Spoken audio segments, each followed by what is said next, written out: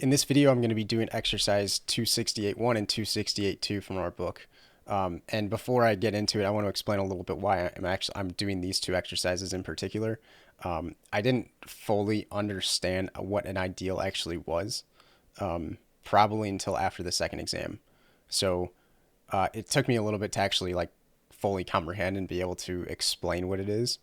And this is one of the exercises that I did probably a little bit too late, that helped me understand in a basic sense of what it was. So that question, as you can see on the screen, in the ring of polynomials whose coefficients are in the reals, right? So just a polynomial. We're going to let this set generated by x denote the set of all polynomials that are a multiple of x, right? So we're taking a polynomial with coefficients in the reals, and we're going to multiply by that by x. Okay, and that's going to be our set, right? So this set generated by x is x times some polynomial g of x, where g of x is a polynomial with coefficients in the reals. And our objective is to prove that this set generated by x is an ideal of our polynomial with real coefficients. So there are three things we need to show by lemma 265. Okay, the first is that this set generated by x is not empty, which in this case is really, really trivial. Second thing, we need to show that this set generated by x is closed under addition. And then the third is that for any element I in this set and any element R in our set of polynomials with real coefficients, the product of the two, the left product and the right product, right? So that's this and this, is an element of our set generated by x. So those three things tell us that this set is an ideal of the polynomial with coefficients in the reals. Okay, so first, and this is going to be really trivial, so I already have it written out. We're going to let g of x be in the set of real polynomials, and then we're going to make sure that we want to prove that x times g of x is just not equal to is not empty. Okay, and that's really easy to see, right? If we take x times any polynomial,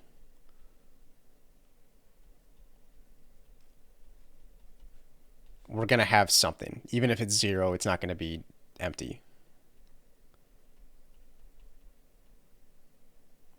Okay, so that should be trivial enough. Okay, x times this polynomial, whatever that is, that g of x, that's going to have something in it. It's not going to be empty, right? It could be 0, it could be another polynomial, whatever. It's not going to be empty. So that takes care of this first part. Okay, second, we want to let we want to show that this set generated by x is closed under addition. So we're going to let g of x and h of x be in the polynomial with real coefficients.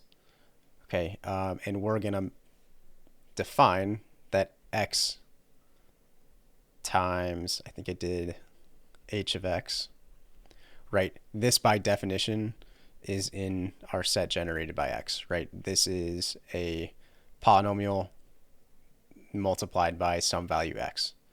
Okay, and we want to prove that this is closed under addition. Okay, so what we're going to do, and we can also say that x times g of x is also in this ideal, or the supposed ideal. All right, and we want to show that the sum of these two things, so the sum of two things in this set generated by x, is also in the set generated by x. So we're going to add these two things together. So x times h of x plus x times g of x. And we want to show that this is also in our set generated by e. Okay, this is easy enough, right? We can just factor out an x, which we can do because of the properties of a ring that this polynomial set has, right? So this is going to be equal to x times h of x plus g of x, and we're essentially done after this. Okay, we know that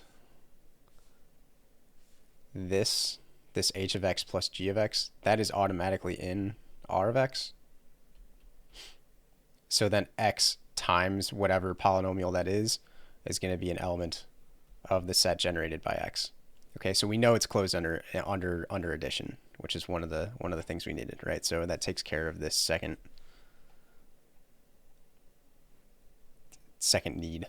Okay, and then third is it's not really tricky, but it's a little bit more involved, right? So we're going to let g of x be in our set of polynomials with real coefficients, and we're going to let x times h of x in this ideal such that h of x is also in the set of polynomials with real coefficients. So what we want is that x times h of x, right, this thing that we know is in our ideal, times g of x, we want that to be in the set generated by x, and we also want g of x times h of x to also be in this set. Okay, now this is really, really easy, simply because our polynomials in the reals, this guarantees the commutative property. So what we can do is we can move these things around. This first one we don't have to, though. We can just group them together by the associative property. And then we have x times some product of two polynomials. And because we know that the product of two polynomials is also a polynomial, we're going to have x times some polynomial in the reals. Okay, so because this is in the set of polynomials with real coefficients, we know that x times that new polynomial is also going to be an element in the set generated by x. Okay, this right one is a little bit different. This is a little bit harder to prove if you don't have the commutative property. Okay, but luckily we do. So what we can do is we can just make this look like the one on the left.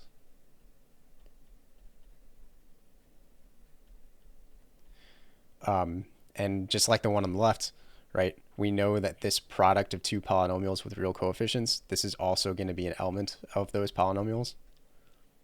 Therefore, x times that new polynomial is also going to be in that set. Okay, so that tells us that, right, that tells us the thing we're trying to find, which is I times R in this set, right, some element from the set generated by x, and then some element in the set of polynomials with real coefficients. That's going to be in our set generated by x, and then vice versa.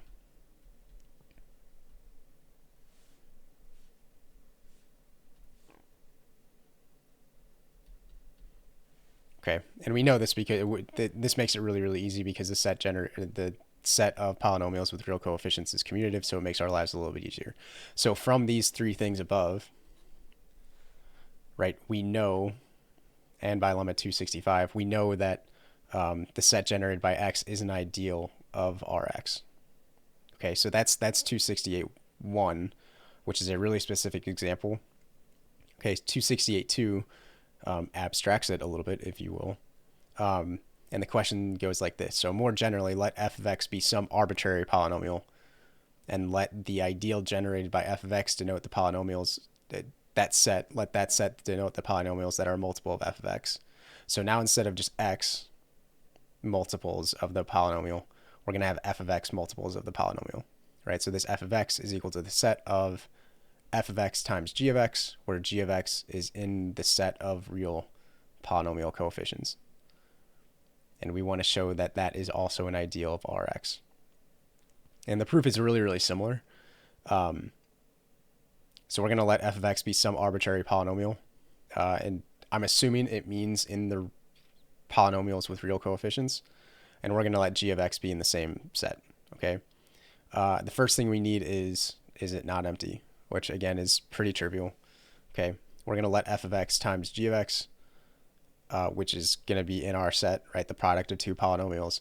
No matter what those two polynomials are, that's never going to be empty. Again, even if it's 0, even if it's constant, or any degree, that's not going to be empty. Okay, so that takes care of it itself. Okay. From above, again, like the second one, we're going to prove that it's closed under addition. So we're going to let g of x and h of x be in that set of coefficients, set of polynomials with real coefficients. And then we're just going to add those two things together and see what we get, right? So f of x times g of x, we know that that's in our set generated by f of x. And we know that this second one is in the same thing. Okay, so when we add those two things together, just like above, we can factor out that f of x. And what we're left with is the sum of two polynomials with real coefficients. So we have f of x times another polynomial, which is good because this is guaranteed to be in Rx. And then we just go back to our definition. So we have f of x times some polynomial that's in Rx, which means that we get another element in our set generated by f of x, right? So then we know that this whole thing is in that set generated by f of x. Okay, because of this, that the set generated by f of x is closed under addition, right? So that takes care of that for that second one. And then again, just like above, we're going to let g of x and h of x be in the set of polynomials with real coefficients, such that f of x times h of x is in the reals of x, but I think I meant to say that this is in the set generated by f of x. This part is true. This part is more specific, which is what we're looking for. Okay, because we're trying to multiply some polynomial in Rx by some polynomial in our supposed ideal. Okay, so what we do is we do that, right? We take something in our ideal, right? This is the element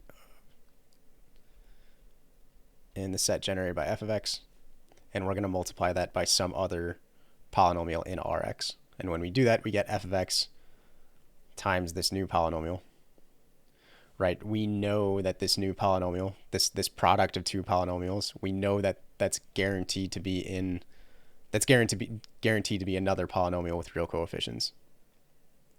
Okay, so that takes care of that side, right? So this entire thing is in that set generated by f of x. So that's the right multiplication, right? So this is right multiplication. And we also need to do left, right? Because it takes both of them to guarantee that it's an ideal. Okay, so we do the same thing, right? This time we're multiplying by g of x on the left by something in our supposed ideal. And again, thanks to the commutative property in polynomials, okay, we can just move things around, f of x times g of x times h of x, and use the associative property. Now we know that this thing inside parentheses, that's going to be an element of Rx. So then we have some arbitrary polynomial times some element in Rx, which means that this entire thing is in our set generated by f of x. So now we have those three conditions, which by definition, by that lemma, tells us that this set generated by f of x is an ideal of R of x. Okay, so that's the proof. Again, this kind of gave me a chance to think through what an ideal actually is, and it made sense, right? So this is a basic example that I could have used, and that's why I did it. So that's 268.1 and 268.2, and that's kind of my reasoning behind all of this. So thank you for watching, and I guess I'll see you later. Thank you.